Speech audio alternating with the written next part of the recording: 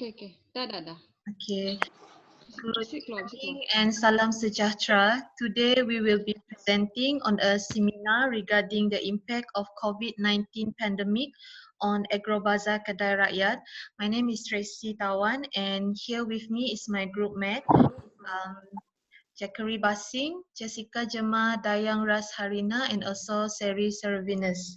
So before we started with our presentation, we would like to show on our montage video. I hope you will enjoy the video.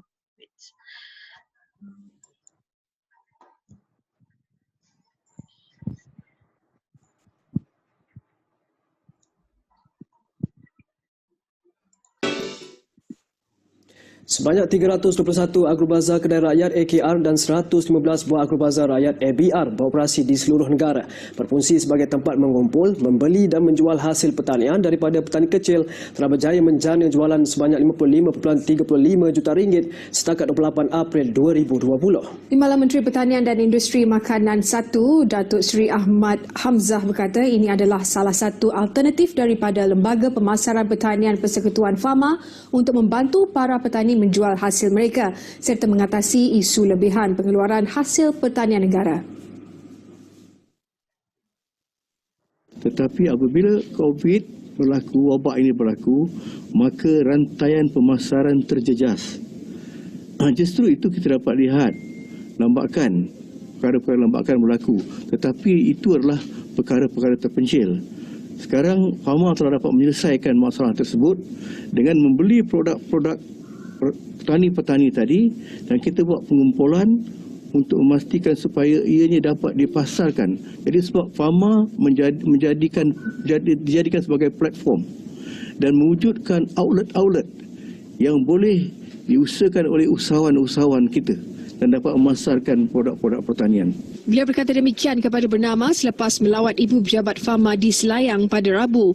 Jelasnya setakat ini 50 outlet Fama beroperasi melibatkan 20 pusat operasi, 22 pasar tani kekal, 3 My Farm Outlet dan 5 lokasi terpilih terbuka dengan nilai jualan bagi tempoh 1 hingga 28 April sebanyak 35.2 juta ringgit melibatkan 530 usahawan, 440,000 pengunjung dan 51,800 penghantaran seluruh negara.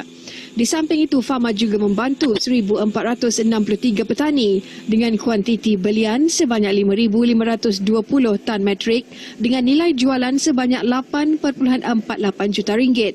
Manakala seramai 1,460 usahawan di bawah seliaan Fama pula terlibat dalam memastikan bekalan makanan sampai kepada 1.3 juta pengguna menggunakan kaedah penghantaran ke rumah. Bagi Agrobazar online Fama pula, jualan terkumpul bagi produk segar dan produk asas tani setakat 28 April adalah sebanyak 1.18 juta ringgit dengan 2,663 penghantaran secara keseluruhan.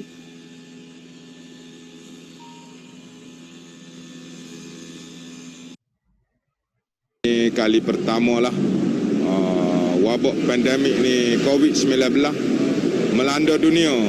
Dan kita di Kok Lanah pun tidak ketinggalan. Jadi saya pun mengambil inisiatif lah untuk menyah komen untuk pelanggan-pelanggan sebagai ikhtiar untuk kita nak elakkan daripada jangkitan COVID-19 ni.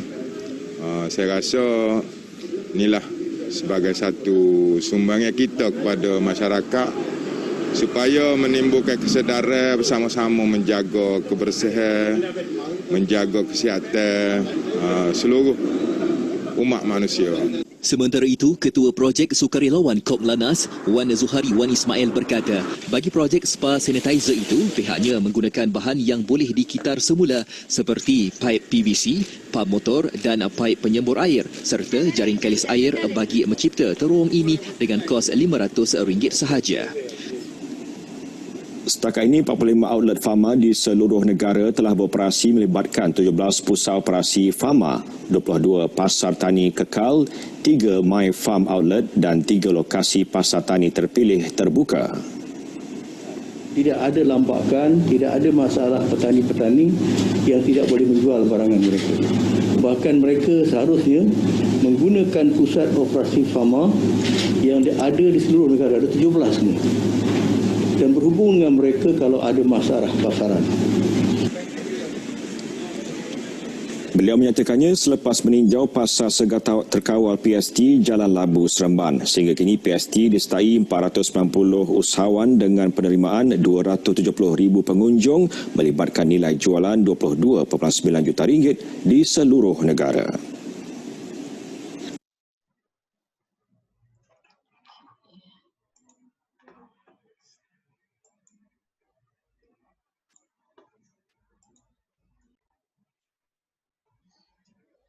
Okay, I will present on the impact of COVID-19 on the workers' salaries. So as the coronavirus pandemic is continuous increasingly, the economic consequences are becoming increasingly severe.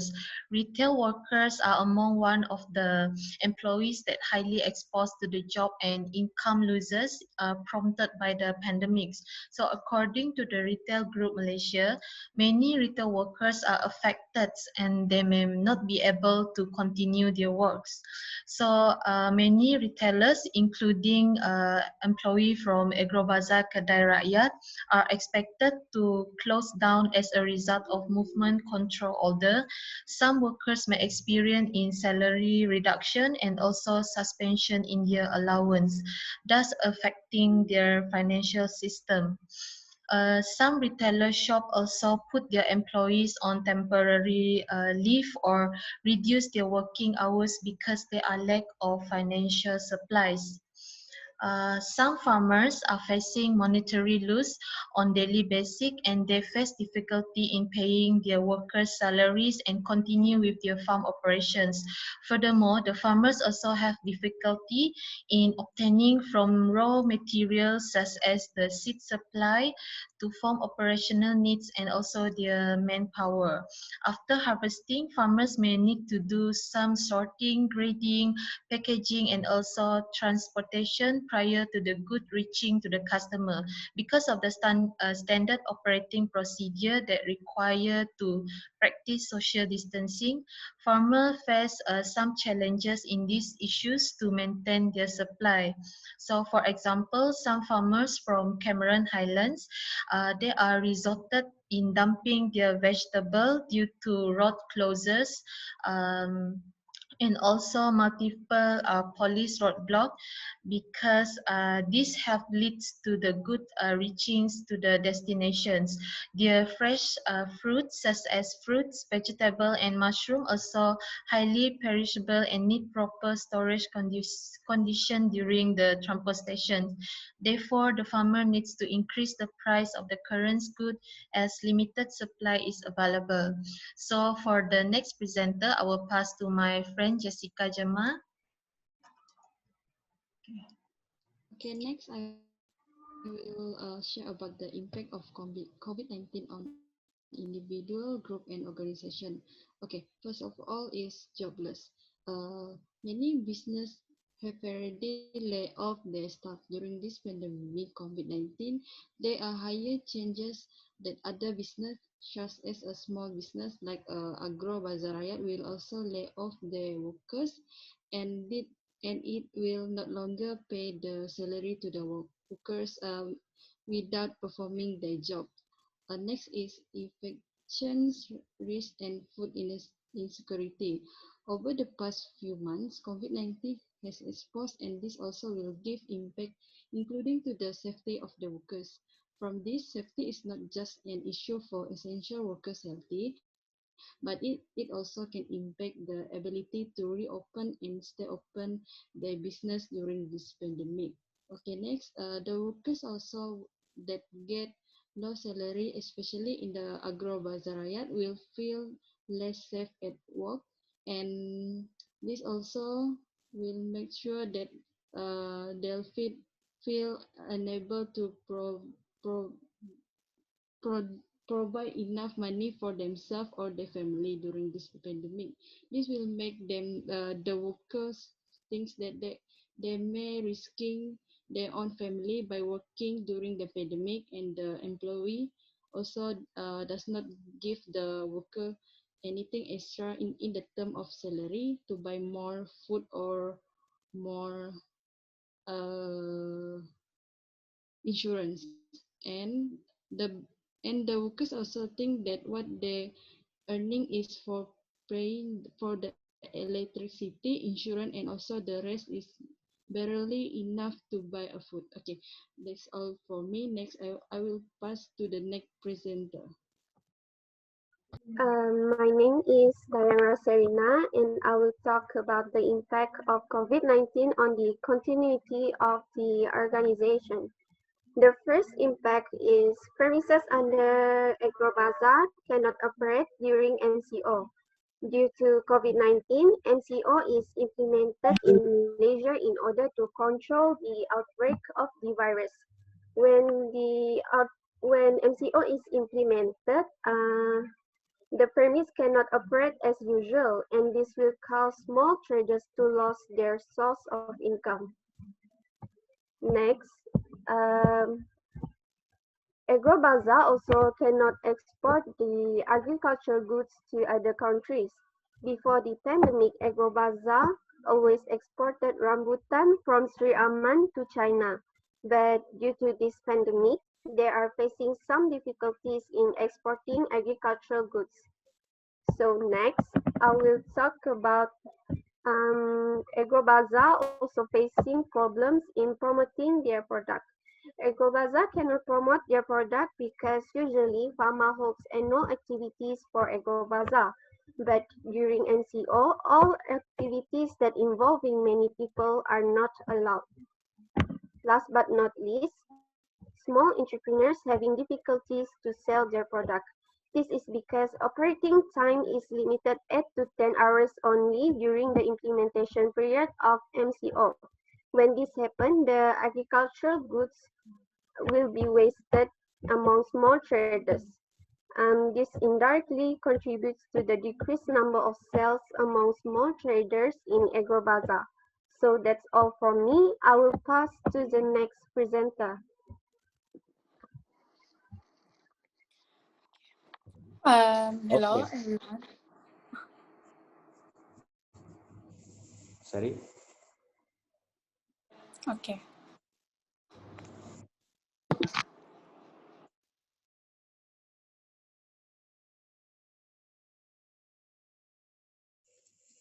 Okay. I will talk about key issues from pandemic COVID-19. So I have listed 4 key issues from pandemic COVID-19. First is employee safety. So employee safety is very important because it protects the well-being of employees, visitors, and customers. And looking for health and safety make good business sense. Workplace with which neglect health and safety risk prosecution may lose staff and may increase costs and reduce profitability. A safe and healthy workplace not only protects workers from injury and illness, it can also lower injury illness costs, reduce absenteeism and turnover, increase productivity and quality, and raise employee morale. So there are a few tips on how to stay safe during pandemic that had been practiced at workplace, especially in Agrobazaar Rakyat. First, clean your hand. Often cough or sneeze in your bend below, not your hands. Bend elbow, not your hands. Avoid touching your eyes, nose, and mouth. Limit social gathering and time spent in crowded places. Avoid close contact with someone who is sick. Clean and disinfect frequently, touch objects and surfaces. Second, I will talk about mental health. As the pandemic is increasing demand for mental health services, bereavement, isolation, loss of income, and fear are triggering mental health condition or alcohol and drug use, insomnia, and anxiety. The impact is employees tend to have inability to screen our environmental stimuli and inability to concentrate. A person could experience a lack of stamina and difficulty handling time pressure or multiple tasks. They could also have problem handling negative feedback or in responding of change. How to reduce the amount of cases? Employees and co-workers alike can stay vigilant and work to stop stigma of mental health. Try to understand what others are going through. After all, just a physically healthy workforce is better one. A mentally healthy workforce is stronger too. Third, I will talk about work-life balance. COVID-19 has been both good and bad for work-life balance. It provides, for one thing, that many companies truly prioritize their employees' well-being and are ready and willing to act to that value. It is also showed that companies are prepared to match their health and safety measures with benefits to help employees to cope better with the situation. But at the same time, it has made work-life balance even less achievable than previously, as working from home erased the boundaries between the time that should be dedicated to work and the time that should be reserved for oneself. Thus, equal balance in both work and personal life plays an important role for attaining personal as well as professional and organizational goals. The imbalances have a negative impact in both personal and professional life. For example, maintaining an adequate balance between professional and personal life is very important. So, my last point is organizational performance. Organizational performance means that the actual output or result of an organization as measured against its intended outputs. Assessing employees against objectives that don't consider the impact of COVID-19 on productivity, employee morale and resourcing seems confusing and frankly unfair. Should they still hold formal reviews, or should they adjust how they assess performance to account for disruption? Or how will they need to prepare managers differently to deliver performance reviews? So this is a few tips on how to maintain organizational performance. First, focus on contribution, not performance. Second, adjust the agenda of check-in conversation to acknowledge new realities. Third, enable flexible goal setting. And last, help employees prioritize through short cycle work planning. That is all from me. I will pass to next presenter. So, hello guys. I will talk about the strategies to sustain the organization. They have 3 points.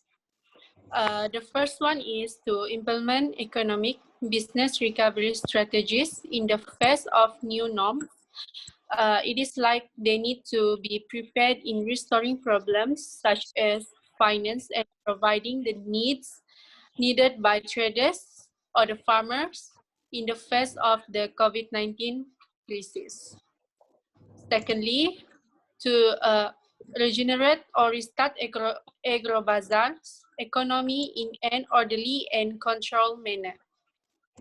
This means they need to start the economy situation as usual to improve their economy. And they need to have other plans to increase their income and economic resource. The last one is to control adherence to actions to control the spread of the COVID-19 pandemic, such as through the implementation of MCO, which is they need to focus on the safety and health of all traders and the farmers or the agrobazar staffs in controlling the spread of the COVID-19. So that's all from me. Thank you so much.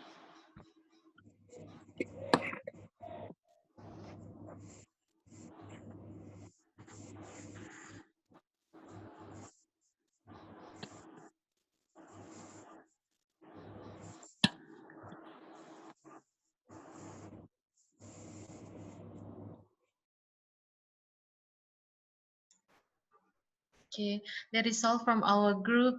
Have a good night and a good day. Thank you.